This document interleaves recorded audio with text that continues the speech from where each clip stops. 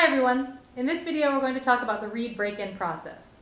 Now we know that reeds need moisture in order to vibrate properly when we're playing the clarinet. Usually that means we just put the reed in our mouth or we soak it in some water before we play. If you take a brand new reed right out of its packaging and pop it in your mouth or soak it a little bit before you play, and then you proceed to play on that reed for all of band class or all of your rehearsal or all day, then that reed all of a sudden has a lot of moisture in it and it's not used to it. Sometimes when you play on a reed for too long, you may notice that the center of the reed gets sort of dark and maybe even translucent a little bit, and that's what we call a waterlogged reed. That means there's a lot of moisture trapped in the reed and it can't quite escape, it can't quite dry out well enough. Now with reeds, the tricky balance that we try to find is having a reed that's not too damp and not too dry. If the reed is too damp and we put it away in our case, it's going to get moldy and it's not going to play very well. If the reed is too dry or it dries too quickly, then the reed will warp. You may have seen that on the tip of the reed where the reed sort of gets a little wavy on the end. That's when too much water has evaporated too quickly in certain parts of the fibers, and so the reed is no longer flat and it doesn't vibrate as well when we play on it. So the reed break-in process is something that I like to do when I have a new box of reeds. It's a way of gradually getting the reeds used to having moisture in them so that when we go to play on the reeds, it's not a sudden shock and the reeds respond a little bit better to it. So we're going to need a few tools for this one. Some of them are a little more specialized, but you can kind of make do. I'll walk you through everything. So the first thing that we have is a glass of water, about halfway full of water. You may notice that my glass looks almost like a prism. That's because on the inside of the glass, there are these flat spots, and that's for where we're going to soak the reeds. This is a specially designed glass for soaking reeds. You can have one of these, but you don't need one of these. Another thing that works just as well is a plastic cup, some sort of plastic cup, filled halfway with water, and I'll show you how it works for both of those. Okay, so we'll also need a piece of plate glass.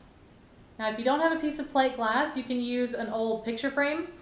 You just want some sort of flat surface because as the reeds are drying, you want to make sure that they're drying on a flat surface so we're not getting the moisture escaping too quickly or too slowly, and it's all nice and steady and smooth.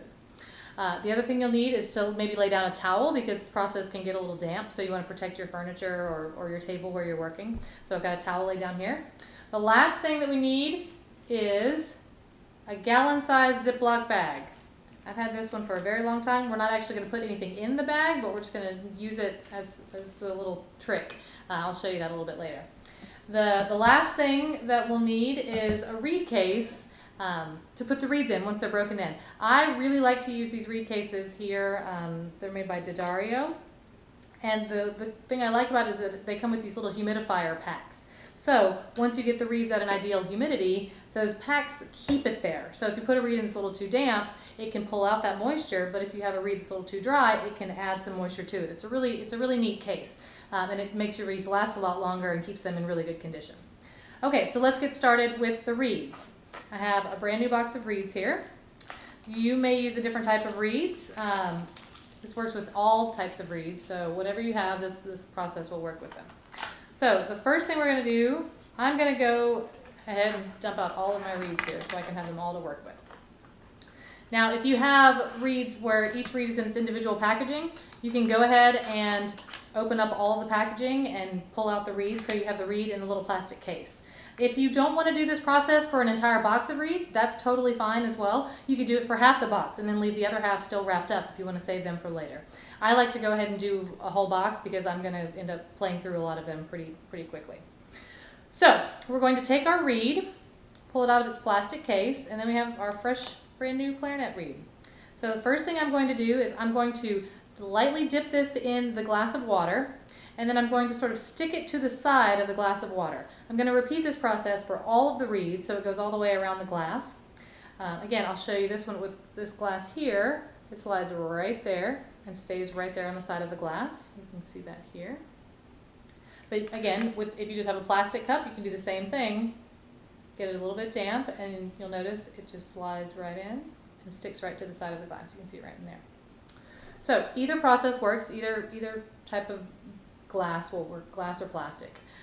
So we'll go ahead and finish this process. I'll slide them all over to my glass over here. And I'm just going to take each one out of its case and just gently slide it onto the side of the glass. So what this is doing is it's sort of introducing the reed to moisture for the very first time. It's kind of like when we learned how to swim. We didn't just all jump in the deep end and start swimming laps. We started off by getting in the shallow end and just kind of getting used to the water a little bit. And that's what's happening here. We're just kind of introducing the reed to a little bit of water. So by the time you've gone all the way around and you have reeds all in your glass, you're going to immediately start taking them out.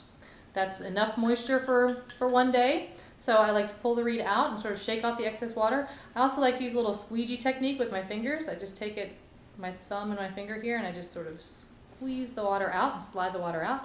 And then I'm going to set it down to dry on my piece of plate glass. Now you notice I set it down upside down with the flat side up in the air. So you want that so air can circulate underneath the reed and it can dry it out a little bit. Again, we're going to repeat this process for all of the reeds here and let them dry on the glass. The idea is now the reeds have gotten used to a little bit of moisture, and now we're going to let them dry out. The trick is, as we mentioned before, if they dry out too much or too quickly, the reeds will warp.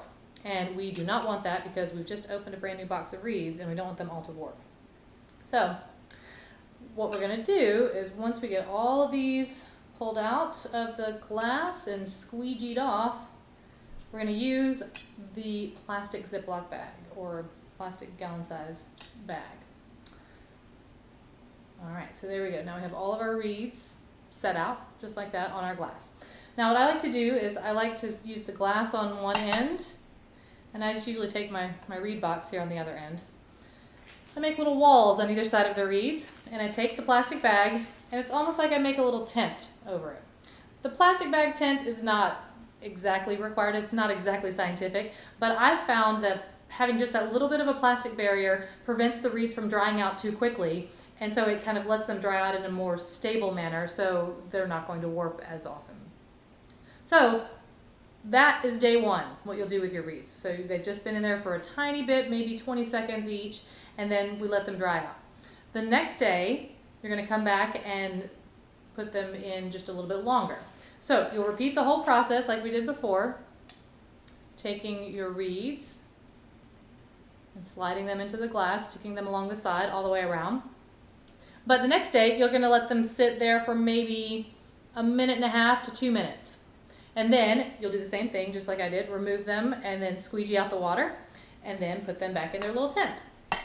Now this process of breaking in the reeds, I like to do this process for 7 days before I play on the reeds. I know that seems like a really long time, but I found that if you take the time to really work the reeds before you start playing on them, they last a lot longer and you can get a lot more life out of them, and it saves a little bit of money so you don't have to buy reeds so often. So each day you're going to soak the reeds once a day and then let them dry under the tent.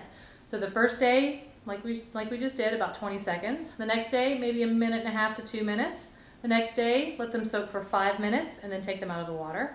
The day after that, maybe 7 minutes and then take them out. And you're going to work your way up until about 10 or 15 minutes that they can soak in the glass before we take them out. So once you've done that, you work through the whole process, that's about 7 days, then we're ready for the next step of the process. So what we'll do is, imagine that we've finished all of our 7-day break-in process. Then we're going to take all of the reeds and we're going to put them into a reed case, like I showed you earlier, a reed case preferably with some sort of humidity stabilizer, some sort of humidity control. And we're going to keep them nice and safe in the reed case. Now, part 2 of the break-in process is playing on the reeds.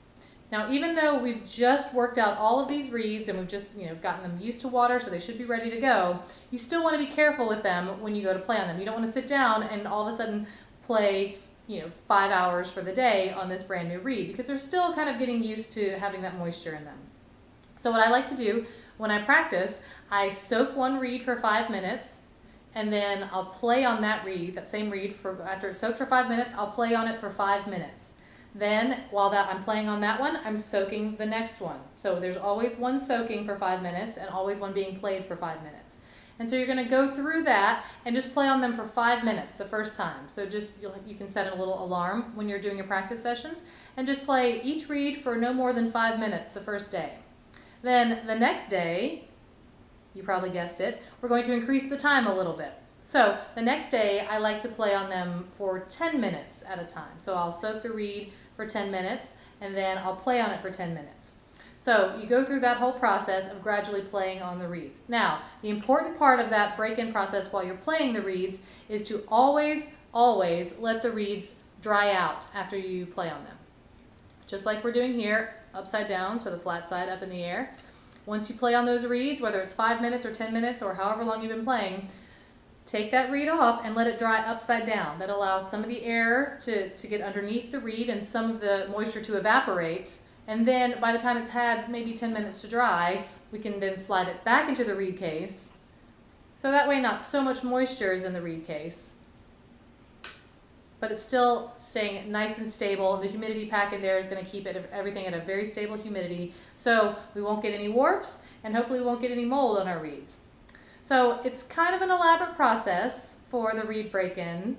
I would definitely recommend finding a place that's out of the way from where your family or friends might be. I like to take a table that's sort of away from pets, away from younger siblings, because you're going to need this all kind of laid out for about a week. So find a safe place to do this. Again, have a towel down so you're protecting your furniture, making sure nothing's getting too damp.